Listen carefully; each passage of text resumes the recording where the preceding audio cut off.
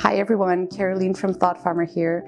Today, as I'm sure you've guessed from the title of this video, I'm going to walk you through our fourth release of this year, Thought Farmer 10.7. Now, most of you will know that our more recent releases have been all about modern design, and you'll be pleased to know that the theme continues with 10.7. The major updates that I'll be reviewing today are to the page headers and the search interface. And the minor but just as exciting updates relate to a cool new page expand and collapse option and a few enhancements to our popular news card. Okay, so let's start with the updated page headers, and let's start by explaining why we updated what was already a cool feature. And really, there were three reasons. First, while we love the aesthetic of having an image at the top of each page, we found that sometimes, especially when using a complex image that contains a lot of colors or text, it can be difficult to read the page title or the edit icons. Second, we wanted to make sure that the page controls are easier to access and easier to manage, especially those social icons such as like, share, and bookmark, which tend to be used quite often. And third, there are times when you just want as much screen real estate as possible. And while they look great, images do take up a lot of screen space. So in 10.7, you will have 4 design options available for the page header when you create or edit a page. The first option is the image with title overlay. This is the classic design that you know and love, but you do now have the option to choose any color font for the title. The next option also uses an image, but the title is bumped underneath the header. And this is useful when you're using those complex images that I mentioned earlier. Next, there is a line option, which removes the image altogether in favor of a simple colored line. When you select the line option, you will have 5 colors to choose from, which can either be solid colors or gradients.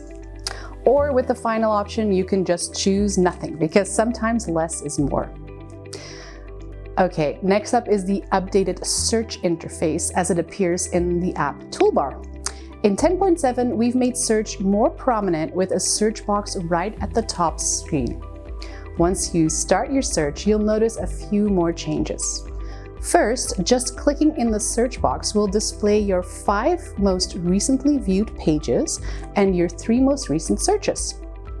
Once you perform a search, results from your own intranet now appear on the left, with results from any cloud storage integration that you've set up appearing on the right. You will also notice that the filter options are easier to navigate and easier to manage. And last but not least, if you have set up an external search engine, options like Zendesk or an HRIS system are popular. Clicking those relevant links will take you directly to that engine with your search term already pre-populated. So these are the main updates in 10.7, but as mentioned, we do have a couple of other updates that are definitely worth mentioning. The first is a new expand and collapse icon that does exactly what you would expect it to do. Clicking it will either expand the body of the page to full width or reduce it to whatever the default page structure is. This will be especially useful for pages that have a lot of content, for example, pages with large tables, as it will give you considerably more screen space to work with. And finally, we've also made a few updates to everyone's favorite card, the news card. First, we updated the social icons to having them be more in line with some of our more recent design updates. Second, we have a new layout option that will bump the title below the header image, actually not dissimilar to the page header options that we talked about earlier. And third, you can now remove duplicate posts.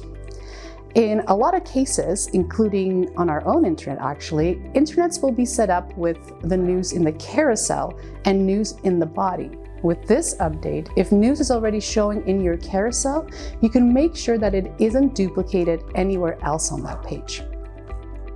There are, of course, a few smaller updates in the 10.7 release, including some bug squashing, but as always, you can find all of the details in the release notes on our community site. And hey, while you're there, take a look around and connect with other Thought Farmer customers. We love our Thought Farmer community, and some of the ideas and suggestions that come from it are incredible.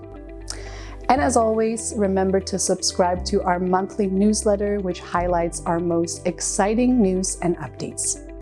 Thank you, and see you next time.